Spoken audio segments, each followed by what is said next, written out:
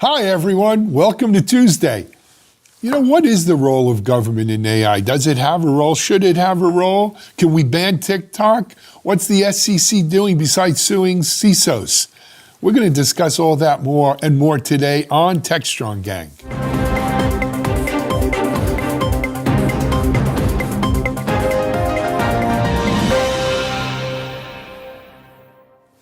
Hi, everyone. Welcome back here to Techstrong Gang. You know, as I said earlier, a couple of disparate segments on today's show, but they all have a theme in common, and that's the government and what role should the government play in our digital lives, in our digital adventures.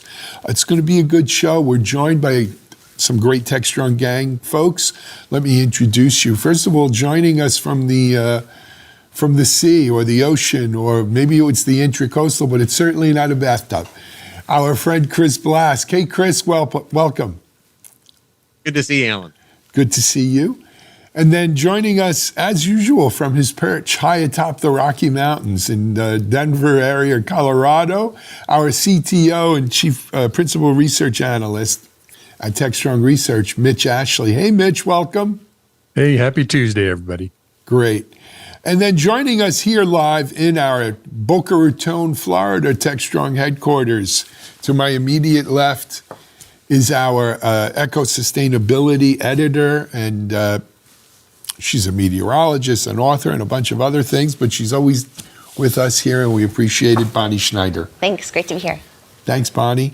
And then to my far left, our Chief Content Officer and leadoff hitter, usually on Techstrong Gang. You know, he bats left, throws right-handed. Mike Vizard. There you go. All right, well, let's just get started and dive right in. Sure. And I'll start this thing off for this particular topic. But during the State of the Union, President Biden, among about 34 or 36 other things that he was calling for, included a ban on AI voices being used to impersonate people. And I got to say, I scratched my head and I said, wow, I mean, it's a significant issue, but let's see, between safety and security and upskilling the workforce, we left on that one as the primary issue of the day. And I think that has something to do with how maybe funds are raised for political office, and maybe this is the one that they go, hey, this affects us directly. Right, and that went right to the top of the list. Absolutely. No doubt. Well, there's a couple things. First of all, I think we've got to at least acknowledge that AI is the boogeyman, right? Not as much of a whipping boy as TikTok, which we're going to talk about later, but AI is certainly the boogeyman that might do everything from end civilization as we know it to make it easier or harder for various political candidates to raise money. And so that does give it, I guess, a higher place on the billing. But forget the things you mentioned. Look, he's talking about things like war in Ukraine, aid to Gaza, immigration, and impersonating AI voices. Yeah. You know, I'm not for impersonation of AI. But if they're doing it as satire, I think it's protected anyway. But what does the rest of our gang feel? I'm going to jump in. I think this is the new, I was misquoted, or that's fake news. What are you going to do? You're going to arrest somebody who's created a fake whatever, an AI voice or AI video? When's that going to happen? That's going to happen months, maybe years after the election. So the fact of, passing some law is really going to stop that? I have a hard time. It's going to make a big difference. I just think we're in for a season of, I don't know what to trust. I have to go verify I'm just going to believe what I believe, which is what we're kind of already doing. And they're also getting better and better. I've seen a lot of these deepfake AIs already for people that are not doing a commercial for whatever the product is. And there's companies AI companies that will take about 2 minutes of your speech. You just give them a video or two, and within a few minutes, they can create a whole avatar with your likeness and voice. So, and they are getting better and better, so much so that SAG-AFTRA, the actors union, in negotiations is bringing this up because they want to get paid if they're going to be using someone's likeness or a previous job to create a new avatar and a new identification of their own voice. So it's scary if it's your voice that's being manipulated without your permission. You know, that was part of the strike. One of the things that they were demanding in the recent actors and writers strike was, look, you can't hire me as an extra once and then throw me into every film that you do from now on. But, you know, to me, this is, we discussed this on a previous gang episode, which is, what right do you have to your likeness, right? The Bela Lugosi case. And that's the big case they teach you in law school around that, right? Bela Lugosi's family had a right to his likeness, I think for the 56 years of copyright or whatever. Why should someone's voice be any different than their picture is I guess, a question. So, Chris, to Mitch's point, we're seeing these things used for cybersecurity attacks as well. The bad guys are generating those things. And last time I checked, they don't really respect what laws we write anyway. So what's your take on what exactly is going to be defensible here? Well, you know, we're, as Alan said, we're going to talk about government a little more in the next section. So maybe we can talk about governance, right? You know, do we have policies at all? You know, we look back at the, early internet, when I got it online in 1990, 91, something like that, a lot of the idea that, well, everything's got to be open and free because it's, it's anarchy and, liberty, and we're all going to, have nice pies. But there have to be some rules, right? And I think as we dig into this, the further we dig into this in every direction, we find there's some fundamentals. The internet works, and it's not just philosophy, because of the openness. Absolutely could not work. There's no company, no government, no entity can create this thing. So fundamentally, that openness works. And sociologically, geopolitically, democracy and freedom of speech since the French Revolution, it continues to be what works. Now getting into the things that actually matter to us day to day and year to year, what do we do today? We're in a very complicated time because we don't have a lot of reason to believe the things we see or consume anyways. We just sort of tacitly do. And those have suddenly become easy to imitate. So we have to go back and say, why, what were we believing in the first place? Why? And again, as all these cycles go, we'll either find ways to do it and we'll sort it out and have new problems, 3 and 5 years from now, or it'll be the end of time. And, again, Skynet will steal all our kidneys. But I think there are the tools laying around that will work our way through this stuff. Yeah. Let me ask you this, which is worse? We've gone through a cycle where it seemed like everybody believed everything they saw on the internet. Now, we might get to the point with deepfakes that nobody believes anything that they see on the internet. And part of my soul says the latter is better than the former. I agree with you. Because I don't think we're in a position where no one believes anything they see on the internet. I think, unfortunately, we're in a worst case scenario, which is we only believe what reinforces our existing beliefs. And and this plays into that greatly, right? You'll have a thing of Biden stuttering, or Trump saying women are bad or something, or whatever, and people who are in either camp are going to flock to that. It's I wish we'd get to a zero trust for social media. I think that'd be the best thing that happened to this world. Unfortunately not. So I believe the Yankees will win the World Series in 6. So, am I going to see a lot of videos for the next 5 months reinforcing that? It might be me doing it. Look, Juan Soto, baby, what a spring this guy's having. I don't know if we want to get in there. Mike and I could probably talk about it, but I don't know how they're going to sign him after this year is the problem. But we'll just have a fake guy play next year. Mitch, Chris is jumping in there. Hey, he's trying to get your attention. Go, Chris. Let me.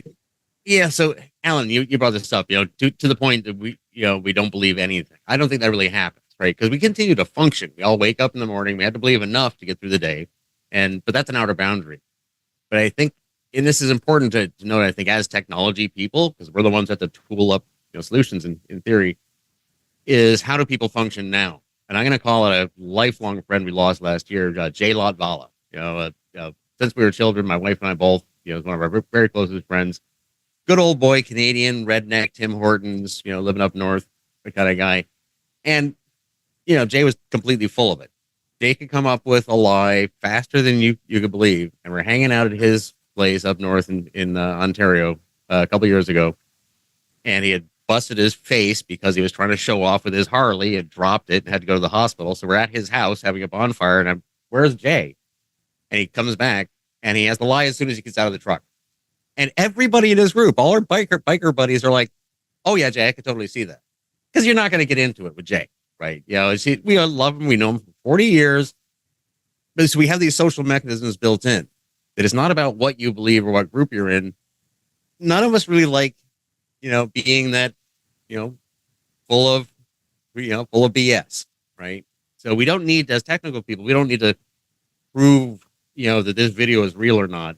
We need to look at mechanisms that allow people to determine whether or not they're being averagely reasonable with information, And I got to tell Jay this whole story, the Jay factor that I've been using in the world before he passed. So I'm glad I did, because we all love him to death, but, it's Jay talking.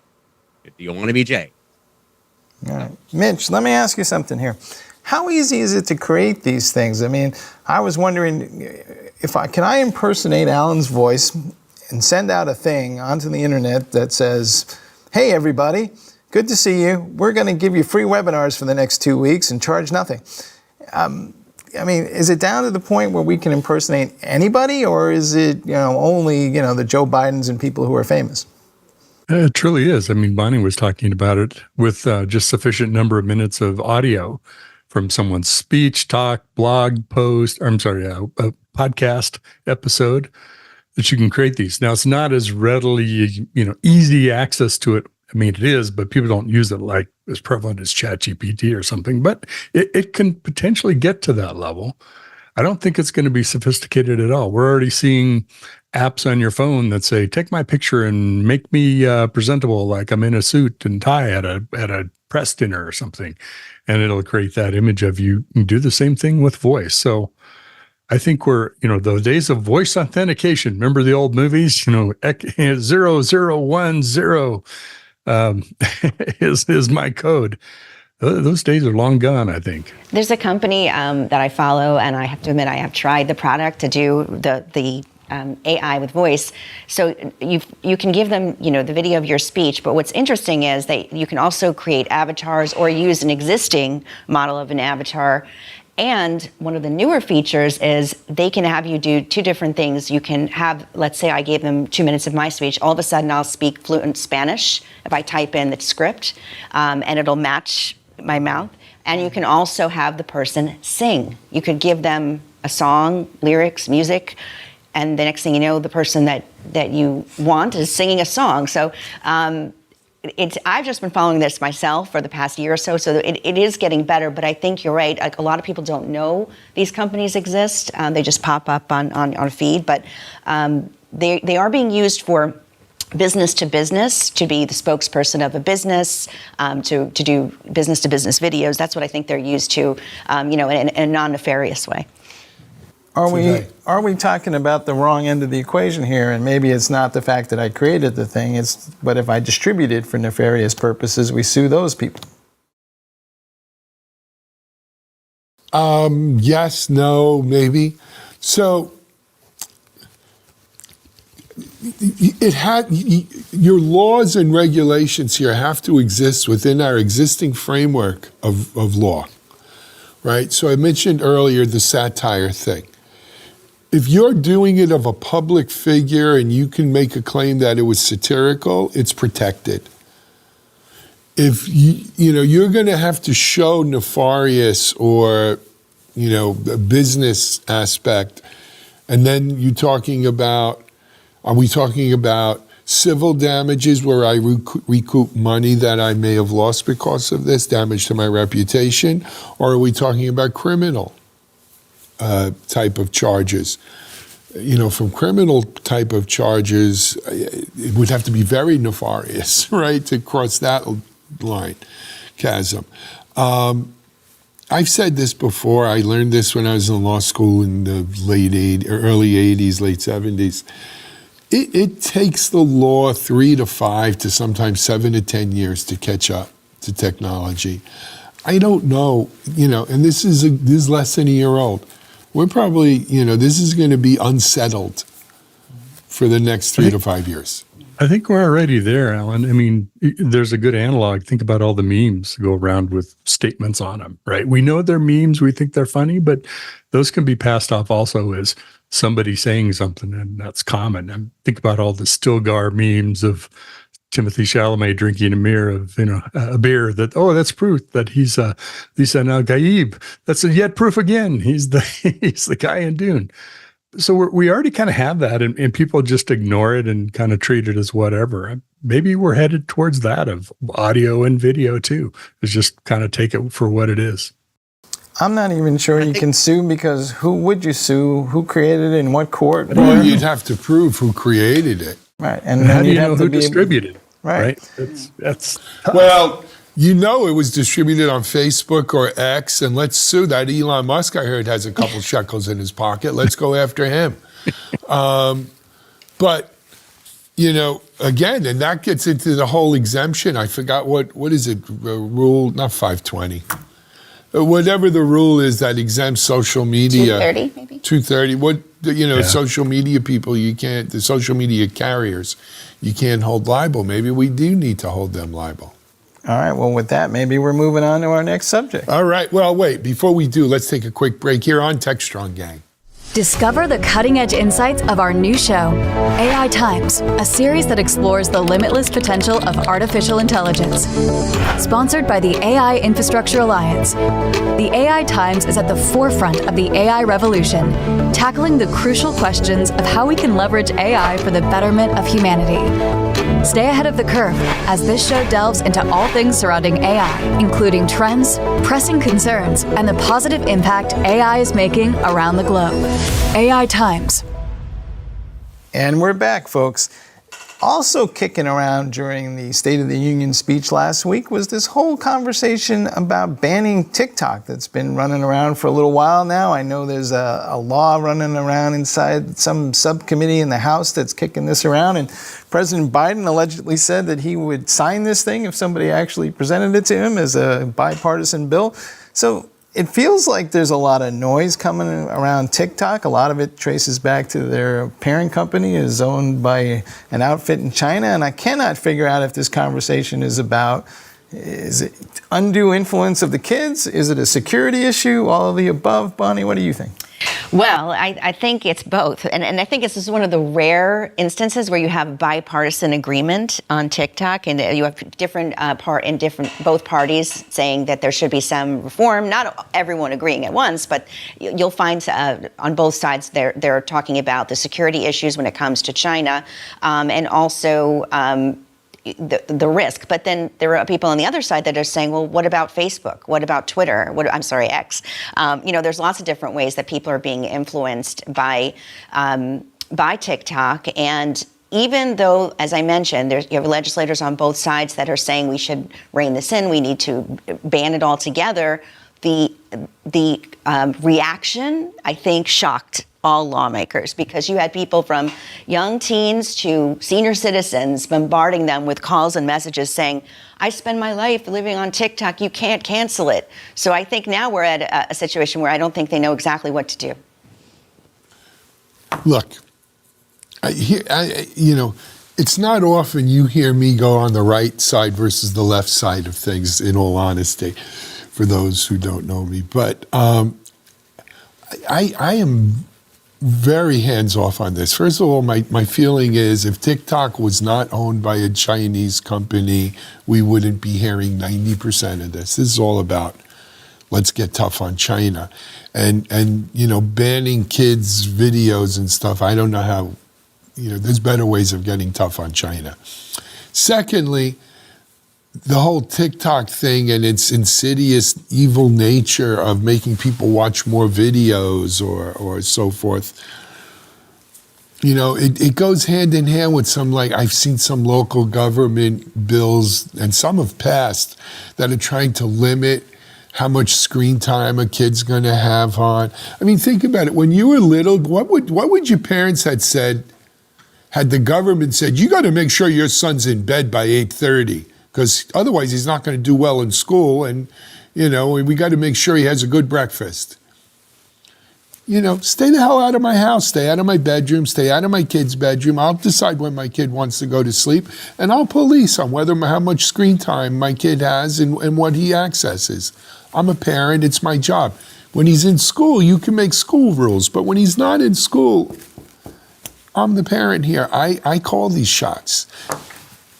Because I think, and let me preface that by saying, because a big part of this is, adults, of course, are free to make their own mistakes, but it's the poor children who are being, corrupted here by TikTok and everything else. Chris, is TikTok a threat to national security? In short, yes. I think TikTok may be a national threat at the moment. But let's break this down to base principles and build it up from there. So there's an old saying that the internet sees censorship as damage and routes around it. And we've enjoyed this as Americans, as Western world folks, as information gets into repressive control places like North Korea, Soviet Union, and modern day Russia and so forth. So we feel a little conflicted about this one, because on one hand, as you're saying, Alan, it's kind of a free speech thing. On the other hand, that can be used badly.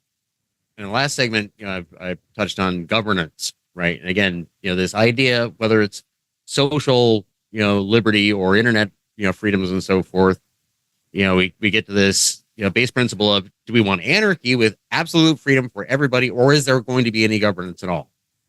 So I don't know exactly how to solve this. I don't know what the policies and rules and technologies are. But what I see happening is a bit of an evolutionary crux, because to this point, and to your point, Alan, we may not have been talking about this if it wasn't a Chinese company. Maybe American companies have been guilty of the same sort of thing, or been getting away with it because there's nothing yet to be guilty of. We haven't defined what you're not supposed to do. So whether this is right or wrong, legislating this, I think it forces us to work through the problem. Seems to me it's a lot about what could happen. And I think it's an easy way to show some action against China when there's much greater threats. I'm not saying it couldn't be used for nefarious, but has it yet? Seems to me like it's we're using national security as a possibility to basically stop free speech. And they have just as much right for free speech in the U.S. as Facebook and X and everybody else right now. And unless we really have evidence that they are doing something that they shouldn't be doing, to Chris's point, whether it's defined legally or it's defined, against U.S.'s national security and interest. But that's a hard label to define, because we usually don't get into the details of, well, why is that? I think back to Huawei, right? We went through this whole cycle of, we're going to ban all their equipment. We're not going to ban their equipment. We're going to ban it. Kind of went through these cycles to it. But here we have free speech on the line. And I think that changes the game. It's got to be pretty clear what they did. So, okay, Chris. I'd like to push right into that, lean into your strengths, right? And where I have, because Mitch, I agree with you entirely, where I have issues, again, with TikTok specifically, with, controlled, government structures like, the current China, is transparency. I don't believe we have the transparency, governance, or tools in place so that all of us as Americans can see what an American company is doing with our information. It's not about freedom of speech if you're using information nefariously. And we don't know one way or the other. So it's easy, as you say, Mitch, to say, well, it's this country I don't like, so therefore let's do it. But we need to develop the mechanism so that we can know whether or not organizations are doing bad things with our info. So, but here's the thing. I don't know if it's necessarily a question of what information they're gathering as the main point. I think the main point, and this again brings it into the realm of politics, pure politics, is that TikTok, being owned by a Chinese company, can put in algorithms which favor a negative view of the U.S. government, let's say, or a negative view of Donald Trump, let's say, or they're anti-conservative, or they're anti-liberal, or they're anti or positive, pro this or that, and in doing so, unduly influence the sheep right, who believe what they hear, right? If you go on TikTok and 9 out of every 10 videos you see say Joe Biden is about to keel over and Donald Trump is the picture of vigor, you know what Goebbels said, right? The bigger the lie, the more you say it, the more people believe it. And so all it takes from a TikTok, or that matter, a Facebook or a Twitter, even LinkedIn, is to twist that algorithm to favor one particular viewpoint over another and give us more information, reinforcing whatever tribal kind of belief system they want us to believe. And that to me is the bigger danger. That's where I don't know how you combat this, but that's the danger. Kind of a War of the Worlds radio show scenario, right? Where the population is starting to believe what they're hearing is actually happening, right? In that case, it's aliens attacking. But this is more the frog in the pot, slowly building up that perception. Bonnie, Yeah, Chris. But it's also normal human history, right? Again, look at any generations before us, but particularly 5, 10, 20 generations before us, people believed what they were told. There wasn't much to be they were told, and everything was controlled this way. So we're still trying to break out of that box. And I don't know what the exact yellow answer to this journalism, was. right? The whole yellow journalism thing got us into a war. But Mike, what were you going to say? I would love to get Bonnie's opinion on, we both went to journalism school at Boston University. Are the rules need to change here? Because we're treating Facebook and all these companies like they're different from a media company, even though they say they're social media companies. Right. But in reality, we don't hold them accountable for the content the way we hold a traditional media company. And unfortunately for the media companies, we've seen a tremendous amount of consolidation and layoffs. And, I've been in the media business for many years, and there's just so many choices. But the biggest competition for the networks, for the cable news, is social media. That's where people are getting their news from. So you're right. I mean, without any sort of monitoring, you're certainly going to get, whether it's on Instagram, Facebook, or TikTok, you're going to get the news feed curated to whatever your beliefs are. And there's no neutral voice anymore in journalism that we used to, when we went to college, that we learned about. That it's not like that anymore. It's very opinionated on both sides. Well, I don't want to get too political, but yeah, one of the major outlets for a certain political viewpoint in this country comes out and says they're not a news organization, they're an entertainment organization. Right. Only when they get sued. Only when they get sued, yeah. And so, but the fact is that our public has a hard time. Yeah. Understanding the difference of when it's news and when it's just entertainment. It's like, is wrestling real? Every little kid, what do you mean it's real? Fake? It's real, of course. But, I mentioned it in the previous segment, and I'll say it again. Social media companies have carte blanche not to get involved with this, with the Section 220 protections, and maybe those do need to be looked into. I'm not saying abolish them, but you know what? Absence of malice and all of that good stuff that regular media companies have to deal with from a libel point of view. Maybe it should apply. And the question is, where's the choke point? Where's the throttle? And who has the burden of applying it? I hate the government being that.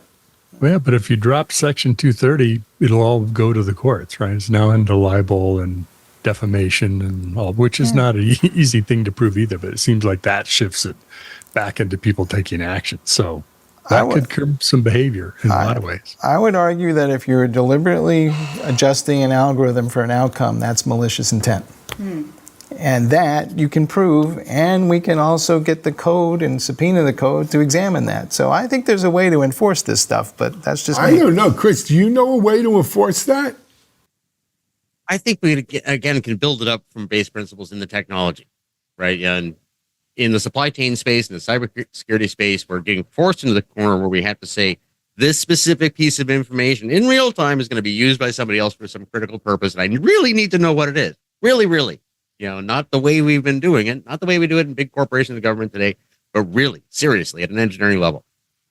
And I think we have the opportunity to build up on this and get back to, as I said, look at why we believe what we believe at all, analyze that. And there are lots of people in the world working on this academically and professionally, understanding how we make decisions, and then looking at the media that we're presented with, we present ourselves with, and find ways to help people decide how much veracity may or may not be in something, as opposed to the sort of binary situation we're all describing here, whereas I believe it or I don't, based on nothing.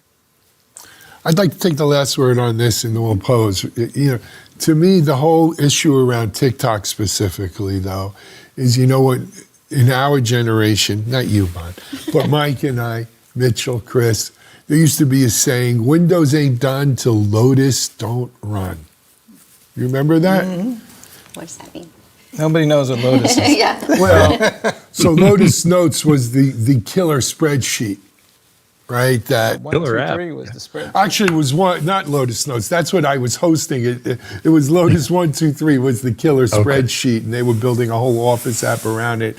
And frankly, Excel was baby stuff compared to it.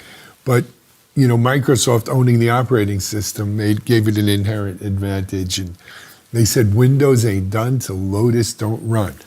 TikTok, we won't be talking about TikTok being banned until it's not owned by the Chinese. We're going to take a break on Techstrong, gang. We'll be right back.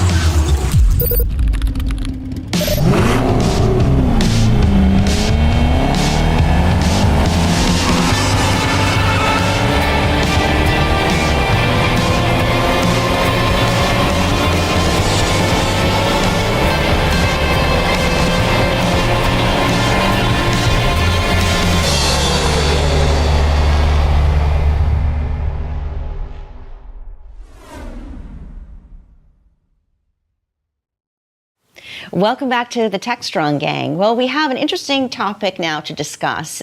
Just recently, the SEC finalized new climate regulations for public companies. And this has really set off a lot of controversy because some people are saying this is long overdue, and others are saying, hey, this is too much. Well, the disclosures that are required now really focus on Scope 1 and Scope 2. That's direct and indirect emissions. Scope 3, not so much. That's going to be a little more discriminatory. What is Scope 3 emissions? That's the indirect from supply chain or value chain emissions that are emerged. And while these rules are set to really be enforced, let's say, I think later this spring, it's still touch and go because you have at least 10 states challenging it, the U.S. Chamber of Commerce challenging it as well to say what gives the SEC this authority to put this on companies. But on the flip side, the tech world, which I was taking a closer look at in a piece I wrote for Ecotech Insights, there's a lot of tech companies are saying, okay, well, we have tech that can make this easier for every corporation. We can tell you your climate risk right now. We can forecast ahead of what your risk will be, and we can give you the information on what you need to do to mitigate risk, like CoreLogic is doing that now, for example. So it is adding another dimension for a new business, but it's also, of course, like anything that's coming out of a new ruling, bringing about some controversy. All right, a little cynicism up top. So who crafted the rules for the SEC, works for what lobby firm, who works for who? Right. Right? Because some of this, I feel like, not enough of these folks in Washington know enough about what it is that they're being asked to regulate. And these rules seem rather overly blunt. So maybe there's a little more finesse needs to go into these rules before they show up in this way. And that said, do we want, I don't know, every company that this applies to is just going to wake up one morning and go, maybe we'll just go private and we don't have to deal with this? That's a good point, Mike, right? It's the SEC. Since when does the SEC's charter them to enforce climate-related disclosure rules? I don't you know. But on the other hand, we're in, again, a political climate, I'll say it on the third block too, where our politically appointed judges have taken it upon themselves to neuter and castrate the very agencies that the government set up to enforce these kinds of things, right? And so they're saying that I keep thinking Fish and Wildlife. I don't know why I keep saying that. EPA is who the you're thinking EPA, about. Environmental Protection Agency, doesn't have the ability to enforce some of this stuff. So, you know, we're doing unnatural acts because these things do need to be enforced. These things do need, you know, climate change is real. The consequences of this are real. If not the EPA, who? And that, again, it's a political problem. Is this another example of Congress refusing to act on anything? So now we try to end run it, but then when we do that, we wind up in the courts, and the courts say go back to Congress. And this just winds up being an infinite loop. Welcome to the U.S. in the 21st century. Folks, let's see. Mitch, I think I've asked you this before, but to what degree can we just maybe make people more aware of what impact they're having, and they might just naturally do the right thing because, you know, there's a tool that shows them that this is what impact you're having on the environment. And I guess it's nice to have regulations because a lot of people will only do the bare minimum, but can we at least make it easier for the people who want to do the right thing to do the right thing? Almost back to the transparency comment that Chris made earlier, right? The progress around sustainability, it hasn't been due to regulations, at least in the U.S. It's been pushed greatly from the EU, but it's also because it's become important to people, whether you think about it generationally or just for our own personal preferences. And I think the more we make it transparent, that the people who are doing a better job of it, that will attract those customers to them. Now, there could also be a backlash. We've seen that before where, you know, this is a good thing. So now the other folks who don't believe in that suddenly are promoting something else. But, you know, short of putting how many calories are in this can of soup, how much, you know, a carbon footprint does this whatever service that I'm consuming, some kind of reporting requirements that would increase transparency. I think it's at least for the U.S., it's largely in the hands of the consumer, the buyer. Chris had his hand up.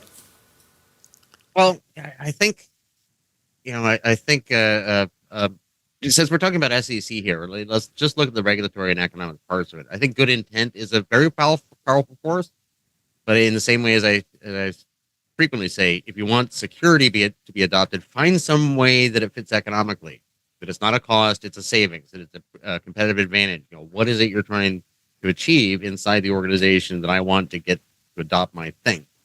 Now we're talking about, you know, climate change. And I understand the mechanisms. If in fact, you know, there's an economic risk to some stock I own because they're being irresponsible and they might be fined through the FDA for climate, that's a mechanism that may work. And I think, you know, and to be clear, I'm on board with this. You know, I literally am out here in the environment. I see the loss of seagrass and manatees and everything else. And we need to fix this. And the same sorts of tools that we need to build into cyber systems for technology help with this. The attestation ecosystems we look at for supply chain intelligence, but also work for carbon credits. You know, so if you're, you know, to our agreement, you know, Mitch, as we can put transparency in and say, here's where this thing happens. In this case, you know, something with an environmental impact, then we can weigh that in regulatory or economic terms. My So whether question this about is a good thing, it's a ratcheting motion anyway. What I wonder is, are we setting up the SEC to be the next EPA? But instead of going the EPA route, which has already had, you know, what a lot of politics around it, are you setting the SEC up if it starts implementing kind of social policies, if you want to think of sustainability that way? Maybe accurate, I don't know. But instead of business law and anti competitive actions, things like that. I'm worried if we keep pushing it this way, the SEC becomes nobody trusts it either. and it's just a political, stomping ground. That's definitely been the criticism of it, and one of the reasons it's being pushed back, at least till later this spring, to enact. But we also have to look at, and Mitch, you mentioned the EU. We have to look at this in the global perspective as well. We already have regulations being enforced and looked at and accelerated in Europe. We also have it in the state of California. So many people are saying that this is kind of getting us all on the same page and that we're doing that. So I guess we'll see how the pushback will balance with this inauguration of these new rules later this spring. But there is the question of, does the SEC even have this authority, and is this going too far? The compromise of eliminating Scope 3 has alleviated some of that, but not all of it. This time last year, I was having dinner in Dublin with my cousins and a lot of her friends, and she was beating me up pretty hard at the table as the boomer representative who was destroying the planet. And it seems like the kids are pretty hard about this issue. Even in the U.S., you hear a generational issue where we're going, this is a lot more serious than you older folks are taking it. And so I wonder if there's going to be more pushback, and it may not be the SEC's not the mechanism. No. Look, I'm all for doing something about climate change, right? And I'm a boomer, and I God bless the kids, go do it. We need to, it's going to need to be dealt with. I think, and I don't know, maybe I woke up on the wrong side of the bed today, but I think, let the market control this, right? If you're a public company and the majority of the population is going to reward you for being climate friendly, and you make a big part of your marketing of how climate friendly you are, you're going to be rewarded in the market, not punished. And companies where we do exposés, a la DuPont Chemical or something, that are harming the climate are going to be punished in the market. And, we see this with the whole organic food kind of system, right? Where else are you going to pay $7 for a dozen eggs? But these are free-range chickens who are fed grass and nice feed and not antibiotics, and they're happy chickens. They're happy chickens. They get sung to at night, and in Alabama, well, let's not go there. But so honestly, I think the market rules here have to, market dynamics have to be brought into play. Create That's my 2 incentives, cents. not rules, right? Yeah. Create incentives, not rules. Mm-hmm. That tends to get better behavior. Chris, we are trying that in the land of security. We are trying incentives and maybe less rules, and yet I feel like the rules continue to get more stringent over time. So do we start with the proverbial carrot, and then we get the stick later? Oh, I'm a big fan of carrots. They're just easier, right? And quite often we get used to just the structure we have and keep tinkering with it.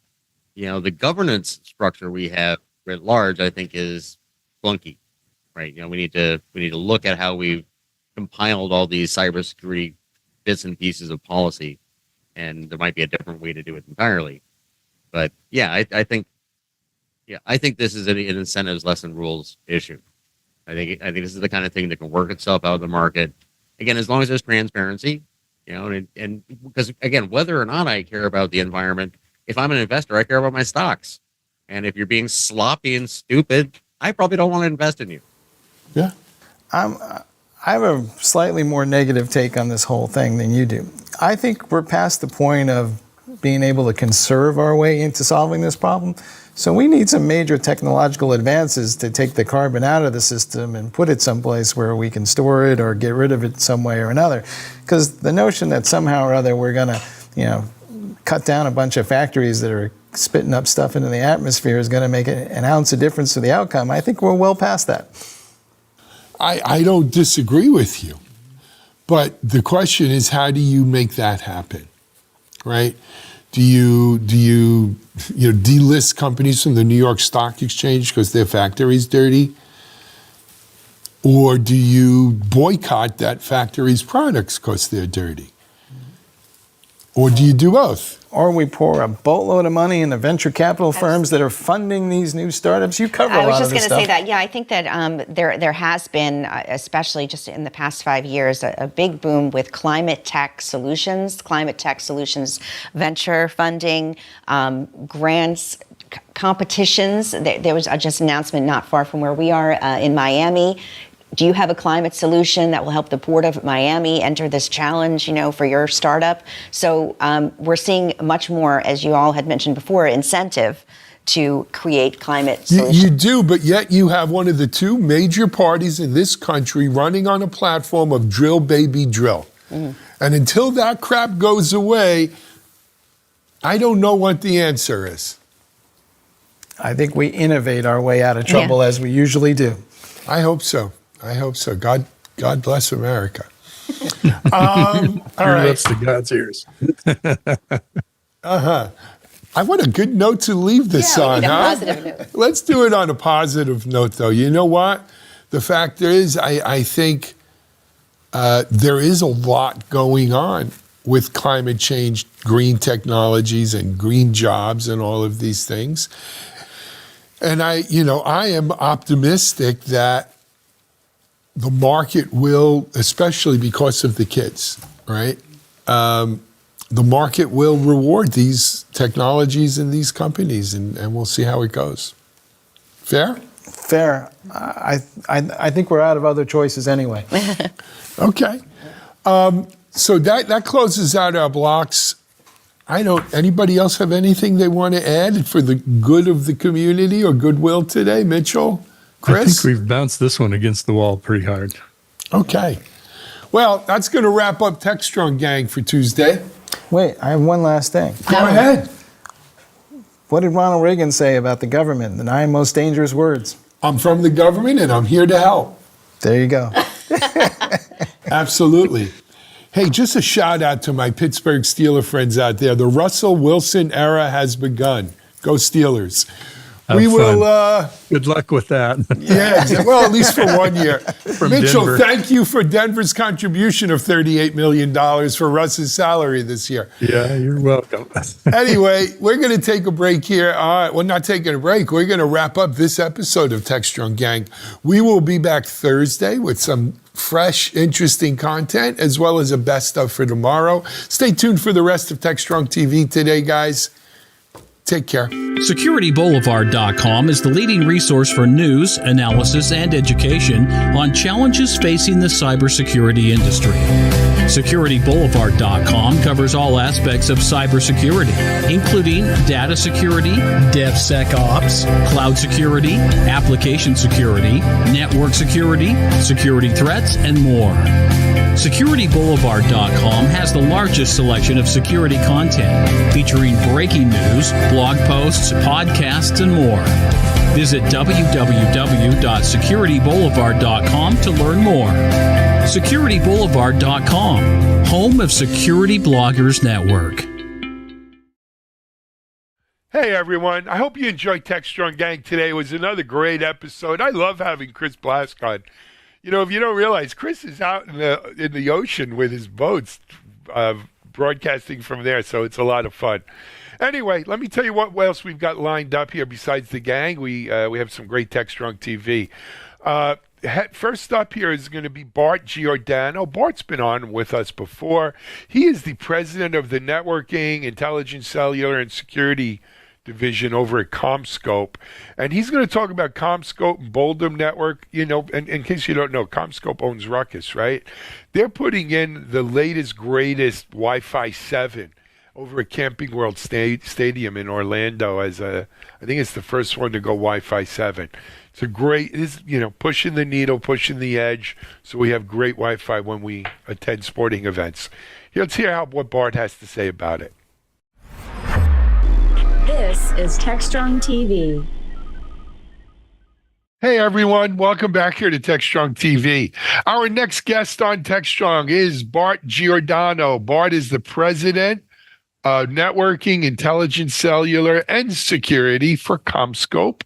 And in case you're wondering, Networking, Intelligence, Cellular, and Security is NICS, N-I-C-S.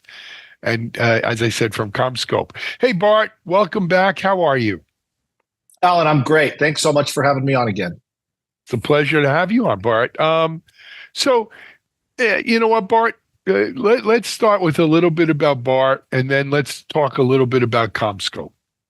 Sure. Makes sense. So, as you said, I lead one of four business segments at CommScope. I've spent the propensity of my career in technology, specifically connectivity and networking and wireless. And that really is the core of what we do in the NIC segment. So we have a couple of business units that one is Ruckus Networks, for which I'm also the general manager. And, we're an enterprise networking company with a broad suite of portfolio for campus enterprise networks. We also have our intelligent cellular networks business, which comprises of our Era DAS portfolio, as well as our one cell, small cell portfolio. So putting cellular networks into predominantly indoor environments in places like large venues. And we also have our Sentry security business, which is tasked with securing IoT devices as they onboard to a network. Excellent. Very cool stuff. And before we jump in topic of discussion, Bart, we were talking off camera. You're just back from Mobile World Congress in Barcelona. You and about 89,999 other people. Why don't you give our audience a little bit, if you don't mind? I don't mean to make you an on-the-scene reporter, but give them a little flavor of how Mobile World Congress was this year. It was a very high-quality event. As we discussed, it's been kind of in recovery mode for the last couple of years since the pause during COVID. But yeah, almost 90,000 attendees this year. Very high-quality, high-energy engagements. It's a big event for CommScope, both in our NIC segment as well as our outdoor wireless network segment, Sure. which does base station antennas and other infrastructure for macro cellular networks. And, I would say the theme around the world, was all about artificial intelligence, and every company starting to understand and take advantage of how this new technology and the advancements that we've all been reading about and seeing and exploring can improve technology, can improve the way we operate our networks, make businesses more efficient, and slowly automate many of the tasks in businesses and our environments that we've taken for granted for a long time. Absolutely. Cool. 90,000 people, man. That's And I've been to Barcelona a number of times. Having 90,000 people there has got to be you gotta know the kind of little known spots to go and have tapas and find a quiet place, because it's a crazy week for sure. That's a lot of people in that town. Well, I'm glad it was good, and I'm glad to see it coming back, post COVID. And I think a lot of the in-person events. All right, I was at AWS reInvent back in this November, I guess that was beginning of December, and that was not quite post, pre-COVID, but close as well.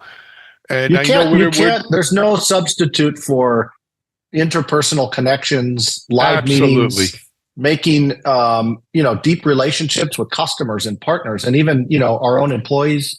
So we find a lot of value in getting together and doing the kind of one-to-many engagements that are really difficult if you're trying to just fly all over the world, right? It's very convenient to have everybody in one spot, engaged and enthused about what's going on in our industry. Absolutely. All right. Bart, if you don't mind, we do have a topic of discussion today we're going to jump into, but I appreciate you serving as our newest correspondent here at Techstrong and giving us an MWC update. You bet. Recently, CommScope announced in partnership with Bolden Networks a deployment of Wi-Fi 7, which is kind of the latest, greatest Wi-Fi protocol, right, over Wi-Fi 6. I was just getting wrapped up with Wi-Fi 6 at the Camping World Stadium, which is in Orlando, right, near Disney and all of that. And I think, as you told me before, it used to be the Citrus Bowl.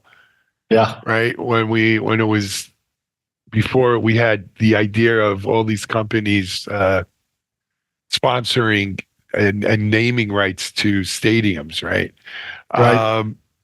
it is what it is. But anyway, let's talk about that. Let's start with Wi-Fi 7. What's the You bet. hoopla? What's the deal with Wi-Fi 7?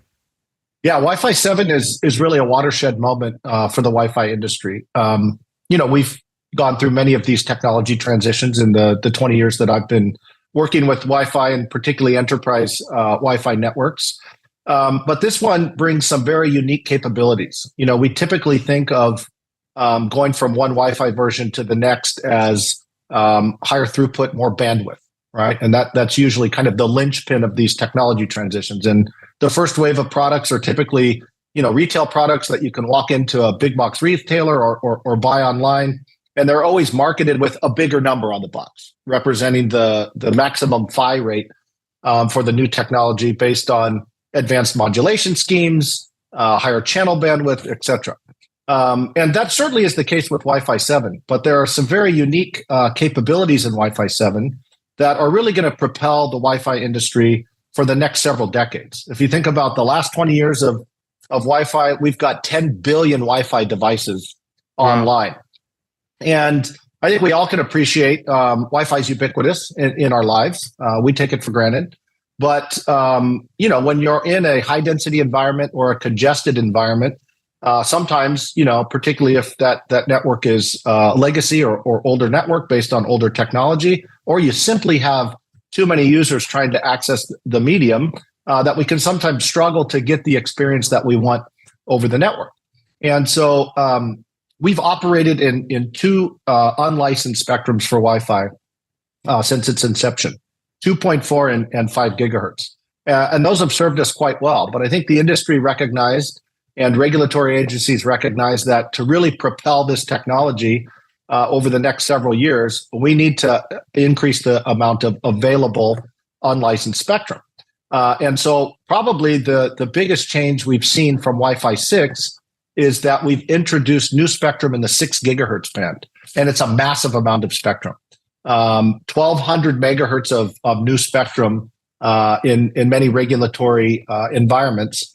And in addition to that, we have advanced modulation schemes, larger channel bandwidths, up to 320 megahertz. And so this is just a massive opportunity for a new class of Wi-Fi devices and services to be made available. On top of that, there are several new capabilities that are intended to make Wi-Fi more efficient in terms of how it uses that spectrum and more reliable. And so in addition to just having more bandwidth available and being able to support more devices and higher bandwidths, the reliability and efficiency of Wi-Fi is improving, which makes it very well suited for these high density type environments like you'd find in a transportation center or in a stadium or an arena. Excellent. I'm sure I speak for a lot of civilians out here, right? My biggest problem is I don't get in, whether it's 6, 7, or even 5, my internet provider doesn't support the speeds that these things are capable of. And so sometimes That's right. I feel like, where the turtle's outrunning the hare a little bit in terms of my infrastructure can support it, but I can't get anyone to pump that. You're right. And particularly in many areas, even in the United States, where we sort of take the fact that reliable broadband is always going to be available for granted, we do struggle with that backhaul, right? And the connectivity to be able to support what is available on the local network. So that needs to be improved. And you see many operators today touting multi-gigabit service, even in up to 10 gig internet service. The fact is, a lot of applications don't really require that type of bandwidth. And so I think a lot of the benefits in Wi-Fi 7 are going to come from these advancements in making the medium itself more reliable, particularly when it comes to latency. So you think of real-time voice and video, you think of the new advancements and capabilities in augmented and virtual reality. They all depend on having a reliable latency. And the nature of unlicensed spectrum is such that in the presence of interference, the device must back off. right? And let that other device use the medium. And that can sometimes impede the ability to have very reliable and consistent latency on the network, which will impact applications like video and AR and VR. And so Wi-Fi 7 is not just an enabler of more bandwidth, it's an enabler of a new suite of applications and a different class of device density. Think tens of thousands of devices coming on the network, and not just user devices like our phones and our laptops and our wearables, but also Internet of Things devices, right? This allows us to conceive of millions of new classes of devices accessing the network wirelessly in a way that we can almost guarantee the reliability of those networks as the density increases. I love it. Bart, let's return to the instant implementation here at Camping World Experience. And whether it's Camping World Stadium or the Rose Bowl or MetLife in New York or wherever, what does this Wi-Fi 7 capability mean in terms of a fan experience at the stadium? You bet. So a couple of things. I think we all appreciate now when we attend an event at these venues, there's an expectation now of reliable and ubiquitous connectivity. And over the last decade, we've seen massive investment by sporting venues and other mixed-use entertainment venues in ensuring reliable connectivity, not only to support the fan experience, but to also support the back-end operations of the venue itself. I think we're all accustomed now to remote ticketing. We no longer bring a paper ticket. We're oftentimes scanning on a mobile scanning device. Revenue operations in the stadium, being able to place kiosks where there's traffic and being able to have point of sale systems on the network are paramount. So with this increased usage of social media in the venue, one of the nuances of being in a venue, typically networks are optimized for the best download speed as we're consuming content. In a venue like this, the traffic patterns are oftentimes very different because we're sharing our experience with the world. So real-time streaming, uploading photos, etc. And so you have to be very diligent in building out a network to support the capacity as more and more users come in and they're using the network in different ways. And you also think about how to put your revenue generating systems and back-end operational systems on that network. And so it's not just a matter of Wi-Fi, right? You have to have enough capacity on your cellular network and on your Wi-Fi network to be able to balance the needs of your users. And in many cases, operators want to seamlessly move folks back and forth so they can maximize both their licensed and unlicensed spectrum. And this is where Wi-Fi 7 is going to offer a lot of benefits because of what we touched on earlier, the fact that there's not only massive new spectrum available for these devices to leverage, but also when you're using that spectrum in any band, there are specific features within Wi-Fi 7 that will give you a more consistent, more reliable experience, which directly impacts the fan experience that you can expect in these venues. Absolutely. Is this the first stadium where you guys are doing this as part of this partnership, or? As far as we know, this is one of the first large venues to deploy Wi-Fi 7. Wi-Fi 7 is relatively new. We made big investments in our Wi-Fi 7 portfolio starting a couple of years ago, kind of seeing this trend coming. So we feel like we've got a good edge in the market today, but it's still early on. And, the way the industry tends to adopt these new technologies is you start with, high-end chipsets to enable this. And so you build kind of a flagship product. And that's what we've done with the R770. And so it's very suitable for any type of environment where you expect, maximum user density. So we touched on, obviously, stadiums and arenas, but airports, other transit centers. We're starting to see adoption in conferencing areas in a hospitality environment. And so that's where the adoption will begin. Over the next year, we will migrate our entire wireless LAN portfolio to this new technology, and you'll start to see adoption as the device ecosystem develops more broadly. Bart, 5G. Yeah. It's a great companion to Wi-Fi 7. Yeah. Great companion to Wi-Fi 7. I think so. They're not a competitor. They're a companion. You combine them. Extremely complementary, right? I think, in the early days of 5G, there was this notion that 5G was going to replace Wi-Fi or that somehow these technologies were competitive. But I think there's a more nuanced discussion around the real differences and capabilities and complementary nature of these technologies. First and foremost, 5G typically operates in licensed spectrum. So there's a very different business model behind it than Wi-Fi, which operates in unlicensed spectrum. If you're operating a technology in licensed spectrum, somebody has to go out and purchase that spectrum. And if you've seen spectrum auctions, it's quite expensive. Furthermore, whereas Wi-Fi is ubiquitous on all of our electronic devices, there's only certain classes of devices that have cellular capability. Most mobile phones, some wearables, some tablets. But I would often challenge people, if 5G replaces Wi-Fi, how do you expect to connect your laptop to the network? Very few networks have 5G technology. So I think, operators and venues that think about deploying spectrum and wireless solutions, understand that you can use these technologies in a very complementary way. I'll give you one very specific example, which we call mobile data offload. There's operators and even new classes of mobile operators called MVNOs who go out and lease spectrum from the major operators so they can build their own mobile networks. You might imagine leasing spectrum is very expensive, and it becomes difficult to compete with somebody who's purchased that spectrum and is then reselling it to you. So there's a big advantage in having an unlicensed network, the economics of which are very different, to whenever possible, offload your cellular traffic onto the Wi-Fi network.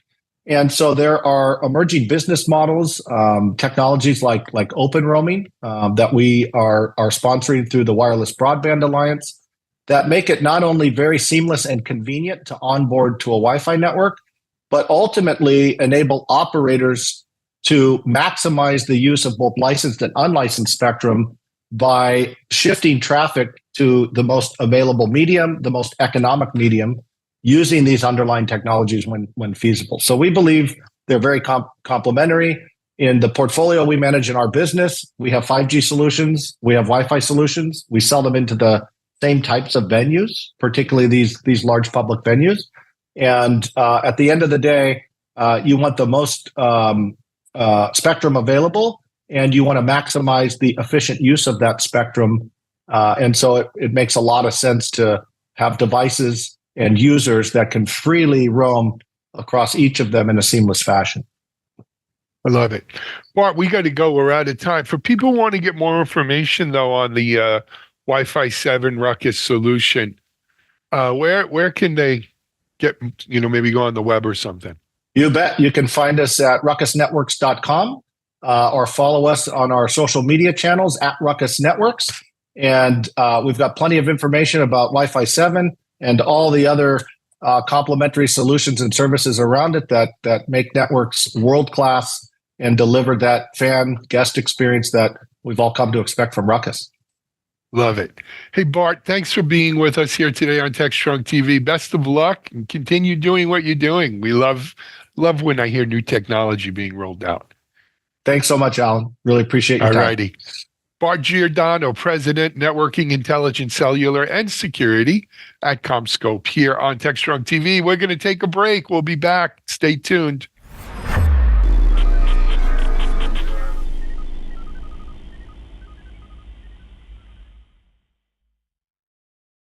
DevOps.com is the #1 online destination for DevOps education and community building.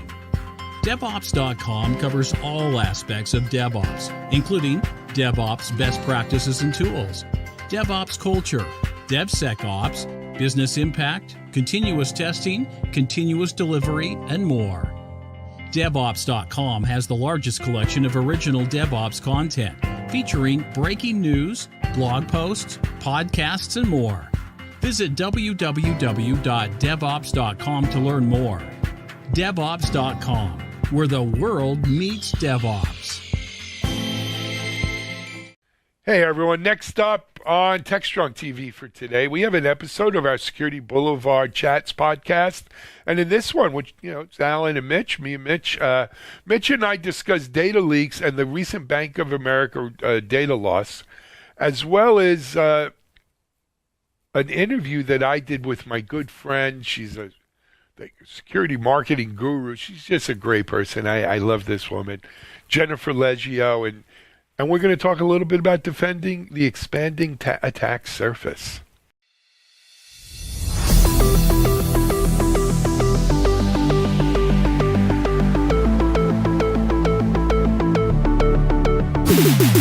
Hey everyone, thanks for joining us today. My name is Mitch Ashley, and I'm joined by Alan Schimmel. And you are listening to Security Boulevard Chats. Yay. We're working on our synchronization. We'll get it. We'll get it. We look, the East German judge is going to give us a 7.5 for that one, and we made a little bit of a splash. Yeah. Well, we'll just stop the scale at 7.5, and then we did really well. Then we did, yeah, with Nadia. Change Kobayashi Maru. Change the game. Change the rules. Absolutely, absolutely. I got a new Star Trek shirt. I got to show you, Mitchell. Ooh, it's the alternate universe one with Spock with a beard and not with the beard. I'll wear it one of these days. I'll show evil it to you. Spock that turns out to be nice, evil Spock. Well, he's still Spock no matter what universe he's in. He is. Yeah, helps That's the get message. back to the right universe or multiverse, whatever it is. Yeah, Well, who a lot of knows what stuff Spock did happening. with that tool? I'm sorry. Go ahead. You take me on Star Trek, Mitchell, and boom, I'm at warp speed. Yeah, I know. Going where no one's gone before. So many great shows. We could we should do a Star Trek podcast. But anyway, another topic. Kind of thinking, because we're going back, thinking about, Star Trek. We've been interested in that and for so long. Yeah, I was thinking about an interview that you did with Jennifer Leggio. Jennifer is someone that we've both known. I think you've known her a little bit longer than I have, for a long time. And when I saw your interview, because I've had her on CISA Talk, and we've talked with her at different times on interviews and stuff. It's a small universe. It's a small community of friends. Security is massive, but you and I have known dozens of people for at least 20 plus years through our career in security. And Jennifer's a perfect example of that, who somebody you keep reconnecting. You might work with her, she might work as part of the Security Bloggers Network, that they're doing interesting things in security, see each other at RSA all the time. And in between, it just reminded me of how important it is. The relationships you build can be career-long relationships, and she's one of the great people to have. I'm privileged to have that relationship. You know what else, Mitchell, and I'm sure you feel this way too. As we get older, some of us don't get older.